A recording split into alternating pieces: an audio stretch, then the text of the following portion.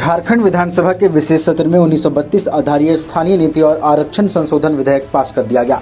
1932 स्थानीय नीति के संबंध में 3 प्रस्ताव पेश किए गए, जिसमें प्रवर समिति को भेजने का आग्रह किया गया था। मुख्यमंत्री ने इन तीनों प्रस्तावों पर जवाब देते हुए प्रवर समिति को भेजने से इनकार कर दिया। चर्चा के बाद 1932 खतियान आधारित स्थानीय नीति पास कर दिया गया।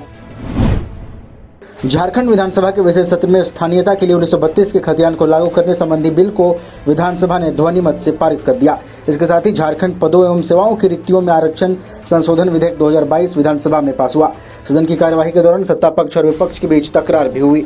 इस दौरान सीएम हेमंत सोरेन ने विपक्ष को बेवकूफ़ कहते हुए कहा कि हम आपके जैसे बेवकूफ़ नहीं हैं। आदिवासी अब बोका नहीं रहा। उन्होंने कहा कि यही बोका आपको धो पोंछ कर बाहर फेंक देगा।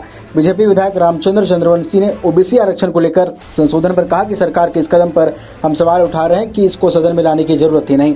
सरकार सिर्फ राज्य की जनता की आंखों में धूल झोंकने का काम कर रही है। 9वीं अनुसूची में न भेजकर सीधे संकल्प लाते हैं, जिस पर हेमंत सोरेन ने कर्नाटक का जिक्र किया। लंबोदर महतो के संशोधन प्रस्ताव पर मुख्यमंत्री ने कहा कि राज्य के 3.25 करोड़ जनता के मंदिर में आज के दिन भी षड्यंत्र की बू आ रही है।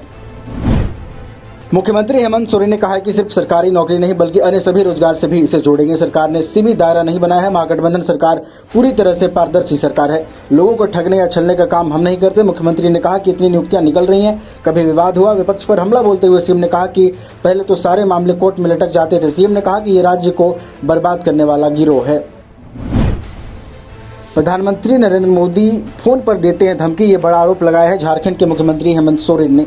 झारखंड विधानसभा के विशेष सत्र में सदन की कार्यवाही के दौरान मुख्यमंत्री हेमंत सोरेन ने यह हमला बोला। सीएम ने कहा कि झारखंड सरकार सामंतवादी सोच वाले लोगों का मुंहतोड़ जवाब देगी। हेमंत सोरेन ने बीजेपी पर हमला बोलते हुए कहा कि ये लोग 5 स्टार होटल में खाना बना कर ले जाते हैं और गरीब के घर में खाते हैं। रेपिस्ट को जेल से निकलने पर माला पहनाते हैं। विधायक सरयू राय ने झारखंड सरकार की मंशा पर सवाल उठाया। उन्होंने कहा कि पिछड़े वर्गों को भरमाने का काम हो रहा है। सरकार क्या करना चाहती है यह स्पष्ट नहीं है। गंभीर मामलों को सतही तरीके से लेना ठीक नहीं है। आजसू प्रमुख सुदेश महतो ने स्थानीय नीति और आरक्षण पर कहा कि झारखंड सरकार की मंशा साफ नहीं है। युवाओं और जनहित के मुद्दों को भी आधार बनाने की जरूरत है। सरकार ने हल नहीं निकाला बल्कि इसे उलझा दिया है। बीजेपी विधायक दल के नेता बाबूलाल मरांडी ने कहा कि बीजेपी ने हमेशा झारखंडियों की भावना का सम्मान किया। उन्होंने कहा कि अलग राज्य के गठन से लेकर अब तक हर मामले में बीजेपी ने झारखंड वासियों के हक की लड़ाई लड़ी है। 1932 के खतियान पर हेमंत सरकार पर हमला बोलते हुए कहा कि जनता को सरकार भरमा रही है।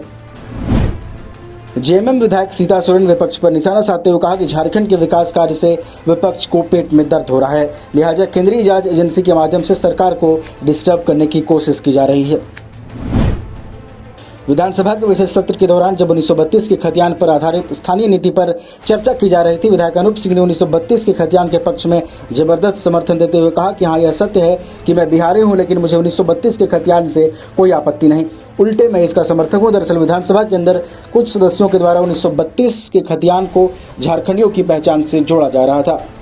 इसे बिहारी और झारखंडियों के बीच की लड़ाई के रूप में पेश करने की कोशिश की जा रही थी। इसी बीच अनूप सिंह ने यह कहकर उन सभी आलोचकों को जवाब देने की कोशिश की जिनकी उंगली उन विधायकों और नेताओं की ओर उठ रही थी जिनका जुड़ाव कहीं न कहीं बिहार से रहा है।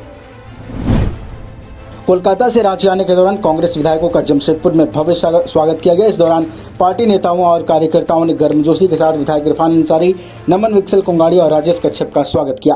कैश कांड में रेगुलर जमानत मिलने के बाद तीनों विधायक सड़क मार्ग से कोलकाता से रांची लौटे। इस दौरान तीनों विधायक ने अपने ऊपर लगे आरोपों को सिरे से खारिज करते हुए कहा कि कोलकाता हाईकोर्ट ने बंगाल पुलिस के एफआईआर पर सवाल उठाया है।